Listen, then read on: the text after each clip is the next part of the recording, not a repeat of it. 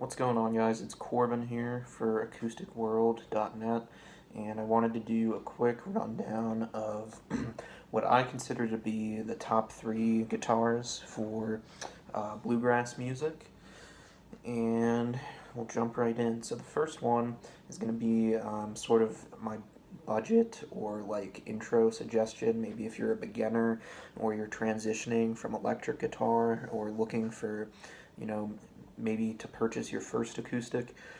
In that case, I would point you to the Yamaha FG830. You can get it off Amazon. I'll probably put a link to it below, or I wrote an article on this that I'll definitely link below, and you can get a link to it on Amazon through there. But basically, the FG830 is what I call like a poor man's Martin D28. So the FG830 was actually my first acoustic guitar, and it's still one of my favorite guitars I own. So it's a solid spruce top and rosewood back and sides, just like the D28. You know, that's kind of why I think of it that way. It's a dreadnought shape, which is best for bluegrass, I think, because of the volume and sustain. Most bluegrass players you see will be playing a dreadnought for that reason. The dreadnought is kind of the classic, like, acoustic guitar. So the FG830 is like the intro or beginner model I would point you towards, or just a budget model, even if you're relatively advanced and not a beginner and just looking to save some money. It's a great choice. You can usually get it for like, you can get it included with a hard shell case, like picks, strings, and a strap and a tuner and everything off of Amazon for like $300 usually. So it's a pretty crazy deal.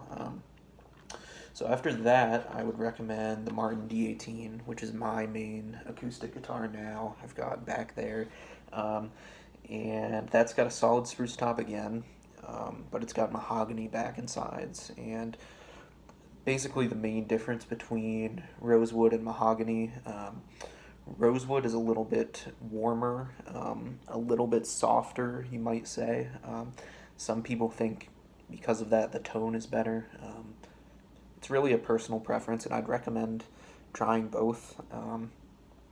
As opposed to mahogany, which is on the Martin D18, is a bit punchier, louder. So if you're playing lots of leads and solos and licks and stuff, it can help you kind of cut through the rest of the band, which was a deciding factor for me. But again, I'd recommend playing a mahogany back and side guitar versus a rosewood one, and going back to back and seeing what you prefer. So that's the Martin D18. You can't go wrong with it. It's a classic bluegrass instrument. But perhaps the most legendary bluegrass guitar is the Martin D28. It's what Tony Rice plays. It's what Clarence White played.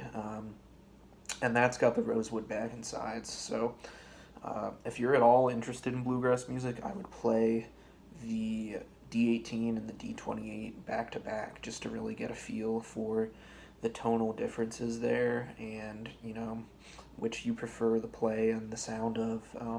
But those are the top three bluegrass guitars, acoustic guitars for bluegrass music, guys. Again, I'll have an article below that goes into way more detail on all this, but just wanted to do a quick video for anyone on YouTube who's sort of wondering about yeah, what guitar they should get for bluegrass music. So that's it, and thanks for watching.